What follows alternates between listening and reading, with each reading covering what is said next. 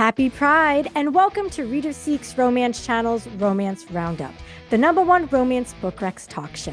I am Liz Donatelli. And I'm Libby Kay, author of the new series Pine Grove FD. The first book in the series is out now, When Sparks Fly, available from Inkspell Publishing. Throughout the month of June, Libby and I are chatting with authors of LGBTQ romances published in 2025. Today's guest is Jennifer Moffatt, author of Flirty Dancing, a male-male romance inspired by iconic 1987 movie Dirty Dancing. Now I had the time of my life. Flirty Dancing released on May 27th from St. Martin's Griffin. Watch Romance Roundup on Reader Seeks Romance Channel and subscribe on YouTube. Listen to Romance Roundup on PodBean and all podcast apps. And follow us on Instagram @LibbyKAuthor and Reader Seeks Romance. Hi, Jennifer. Thank you for joining us on Romance Roundup. Hi, thank you so much for having me. It's so nice to meet you. Nice to meet you too. Hi. Jennifer. I keep thinking that your name's not Jennifer, so every time I say Jennifer, it's like, wait, is that really your name? You know, Jen is good. My friends call me Jen, so. Okay, I'll call you Jen. Okay. Jennifer does sound kind of formal. Okay. It does, yeah. I'll start over. Jen, please tell us about the first time you ever watched the movie Dirty Dancing. Nobody puts baby in a corner. Yeah, you know what? I think I was too young to be watching it, and it was with a babysitter. And I think my mom had specifically said I was not allowed to watch it, and the babysitter put it on, and I had to watch it, and it was amazing. I definitely didn't understand all of the storylines at the time. I might have been in grade 5, but just instantly fell in love with the dancing, of course. So I think it's always been like deeply rooted in my pop culture brain. I love that. I mean, not that you watched it too young, but you know what I mean? Yeah, Right. It's an important movie. Yeah. Right. So were you questioning like what's wrong with Penny? Yeah, I had Okay. no idea what was wrong with Penny. Yeah, I knew it was bad though. But I didn't know what was wrong with her. Right. Okay. Yeah. You're like, why is baby asking her dad for money? Is she know. giving it to Penny to buy a Yeah. dress? Like, Her, and baby's dad is the best. I didn't know why, but he was clearly, being a great dad and stepping up. I just didn't really know why. got it. Okay. So now, when did you watch it where you then understood fully what was going on? Yeah, you know what? It was probably quite a while. I think I was probably an adult, like maybe I was 20, and I put it on again. And then, of course, you're like, oh, yeah, this makes more sense now. And it's also, a lot darker than I remember it being in my head. But yeah, it was kind of funny to watch it. That happens a lot with lots of movies, right? You watch it as an adult and you're like, yeah, there was about 20 jokes right over my head. But Yep. yeah, it definitely felt different as an adult, but still, a glorious movie. Yes. And, I feel, Libby, like we have talked before about watching Dirty Dancing for the first time. Hasn't Yes. that? I think it came up in the episode where we talked about wanting to read Flirty Dancing. Yes. And I not with a babysitter, but I did also watch it probably too young because I didn't get half of that either. I was actually in 8th grade when it came out. Wait, no, I was younger than that. Wait, it came out in 87. 87, yeah. Oh, wow. Then I was in junior high, 6th or 7th grade. Ooh, maybe that was badass. I don't know. I thought it was in 8th grade, to be honest. So maybe we just, oh, you know what it was? It was 8th grade. We waited for it to come out on VHS. That's how I saw it. My parents' VHS. Okay, They didn't so know we were watching it. Me and my best friend well, she's still my best friend. I just don't watch movies with her on slumber parties anymore. But we watched it. And it was like a big deal. Yeah, that's it. And back then, but the time between a movie being in a movie theater and coming out in VHS was a significant amount of time. So yeah, so I think I did watch it somewhere in 8th grade-ish or something. And I understood what was going on, I believe, but I guess I still didn't think it was a big deal. I don't know. Like, I don't remember being like, let's talk about this. Like, to me and my friends, we were just like, oh yeah, Patrick Swayze. I had the poster on my wall of the movie poster, and we were just like all about the moves. And it's like, oh yeah, and Penny's got her problem going on. Oh yeah, but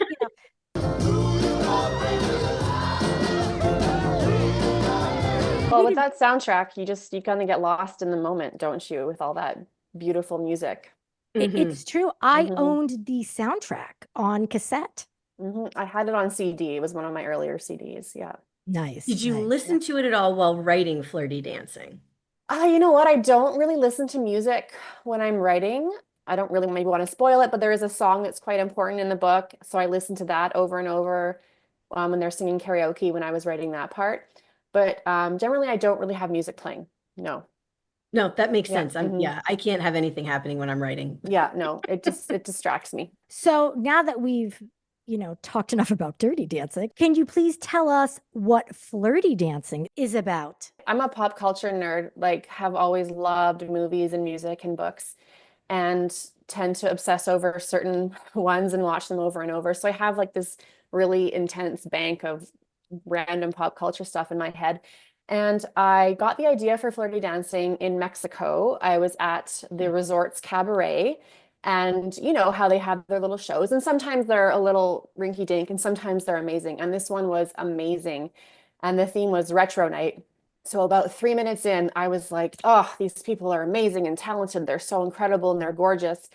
And I had a thought pop into my head. I wonder what it's like backstage. Like, is there drama? Are they fighting and breaking up, hooking up? And then right after I had that thought, my husband leaned over and whispered like exactly the same thing to me. And I was like, okay, this is my next book. I have to write about a backstage dance troupe. And really quickly, I, thought about where could I set the story, and the Catskills just popped right into my head. The iconic bright green background to all the dancing in the staff cabin and the partying and stuff. But I was like, well, I can't just write Dirty Dancing again. And then, or can I? I thought it would be kind of cool to have that as an inspiration. Um, One of my friends worked on a cruise ship for a long time, and she told me about the dancers on the cruise ship, just young and wild and beautiful. And they would dance their 2 shows and party till 5 a.m. And just the men were mostly gay, and they were just like so wild and fun. And that was kind of my inspiration for my dance troupe. And then as I began writing, themes emerge. Archer, of course, feels like he's too old to kind of chase this dream. And, as you age, like I started writing only about 5 years ago. So I'm a little bit chasing the dream, wondering if I'm too old to do these things. And then of course, I being set so close to New York, Broadway and the whole theater thing just kept infusing itself. I am obsessed with Broadway musicals. Spent most of my teenage years singing along to soundtracks in my bedroom and stuff, and in the car on family road trips. So I just found all these things kind of that are in my brain working their way into the story. And a big one is So You Think You Can Dance. Do you remember that reality show? Did you guys watch that? Yep. Obsessed with it. Like Is that still on the air? I haven't seen it in I don't years. think so. And I really just watched the first maybe 8 seasons. I would record them and watch them over and over again. Watch them again on YouTube sometimes still. So just that show, again, the talent and the beauty in this like 2 minutes of just perfection on stage. So I wanted to capture all that in the story too. So as I'm writing, just these little bits I think are informing my story about following your dreams and expressing yourself through your art and trying to be who you are. That's kind of the story that I wanted to tell with Flirty Dancing. So I Think You Could Dance. I remember watching a few episodes, but what was important to me in my young years, like what inspired me to enjoy watching people dance, was Dance Fever. Does anyone remember Dance Fever? It's time for Dance Fever starring Denny Terrio. The show featuring the country's top dancers competing for cash and prizes worth more than $75,000. I'm familiar, but yeah, I think it's Dance Fever was like, that was the original So You Think You Could Dance, okay? Okay. And they would perform. Of course, it was all like disco type of 70s, music and everything. But I feel like it's so exciting to watch people dancing and then read about their romantic lives, because you figure what you see on the dance floor translates into the bedroom. At least I'm hoping it does. There's so much sexuality involved in dance. You can feel that chemistry sometimes. And that's also was part of what I wanted to capture, is like Mateo and Archer, it's a slow burn. They don't get together for a while, but I wanted to feel like they were together when they were, dancing the tango and stuff on the stage. Cause yeah, it's that And that's what I felt when I watched that show in Mexico too. Like the chemistry was just so good in these couples that I thought, okay, like what's actually going on with you guys backstage? Yeah. There's got to be something there. So I have a writing question. Okay. Jen, can you tell us a little bit about your writing process? And since this is not your first book, have you noticed a change in your writing habits since you started writing? Yeah, I think people have often asked me, how do you find the time to write? And I think I've gotten pretty good about like setting goals. So I have like a weekly word count goal that I want to hit, which this is like I've written 5 books now. And Mhm. so I think it's the last 3 books where I had this weekly word goal, which I think really keeps me on track. Um, and people ask too, right? Are you a outliner or are you pantser? Mhm. And I always say, well, it's romance. So like I know how it ends, right? Mhm. So I would say I'm more of a pantser, but I know where I'm going to go in the end. And often I write, I mostly write in order. However, there's a few scenes that you're just dying to get to that are so vivid, like the first kiss or, maybe a scene from the epilogue. So I'll definitely write those as they pop into my head. And that's kind of stayed the same, but I otherwise mostly write in order. And I think I've gotten a lot better at I edit as I go. But I've Oh, gotten so much okay. better. Like my first book, I probably have read chapter 1 6,000 times. Like I would Yep. go back and reread from the beginning over and over and over. And then when I was trying to get an agent, I'd read it over and over and over. I've read that book like a disgusting amount of times, but more from chapter 1 and on, right? So I am really good now. I a little bit polish as I go, but once the chapter's done, it's done, and I don't usually go back and read it anymore versus Oh, going back to the wow. beginning. Yeah, so my chapters are fairly done. I've gotten feedback from betas already on the finished chapter. I have 3 amazing betas that read chapters as I go. So once I call a chapter done, I might go back and do one reread kind of halfway through, but otherwise I have to just leave it, or I will go back and polish and polish and polish and Mhm. polish, right? These tiny little ridiculous changes. So I have learned to just let it go, keep writing. That Shannon Hale quote, it's like, I'm shoveling sand now so I can build sandcastles later. I Yes, tell yes. myself that all the time, like just shovel the sand, get it in on the paper. I can make it better later. And that's been helpful too. I think I'm a little bit more efficient, not going back to reread and polish to a ridiculous degree that much anymore. Do you have something that you absolutely have to have when you're writing, whether it's a location or a food or a beverage or a vibe? You know what, Mo? My vibe is, do I have 10 minutes of time where I can focus on my Okay. laptop? Yeah. Um, I used to write at the dining room table, but we got a new table and then it was just like not really comfortable. It kind of hurt my back. So I actually write on the couch now. We got this big, beautiful sectional, so I claimed the best corner for myself. And my family is grumpy about it, but I'm like, well, that's just the way it is. So Yeah. that's where I write mostly is on the couch. Otherwise, I just need my laptop and yeah, 10 minutes to not be interrupted, basically. Yeah. Yeah. That's awesome that you can Yeah. write. Like, if I don't have at least a half hour, I feel like I can't hmm get the words out. So I am envious Yeah. that you can even in 10 minutes get something on paper. Yeah. I'm pretty good about just going because I feel like if I have to wait for, the perfect circumstances, it Mhm. doesn't happen very often. So, Yeah. So, Jen, on Romance Roundup, we share romance book recs. Which Mhm. LGBTQ books have you recently read and enjoyed or added to your TBR list? Oh, okay. Those are 2 very different and large questions.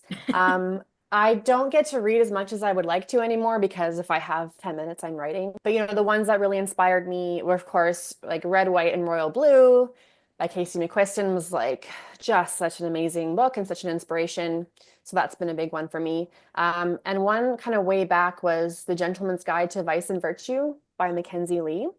I happened to be in like Powell's Books in Portland and I happened to grab it off the shelf and I found it. It's also a big inspiration, like the slow burn, just like dragging it out, the friends to lovers as long as you possibly can. I like to write slow burn. So that's a big one for me. And then, oh, my TBR, I have been buying so many books. The Last Boyfriend's Rules for Revenge by Matthew Hubbard. I'm dying to get Ooh, into this one.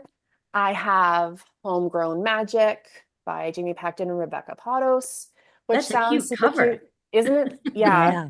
It's adorable. I'm really excited for that one. I think this will be actually the next one that I read, The Proposal by Sonora Reyes. Ooh, I heard good things about that. Yeah, I think I'm gonna love it. This is probably what, like when I actually crack a book open, I think it'll be this one.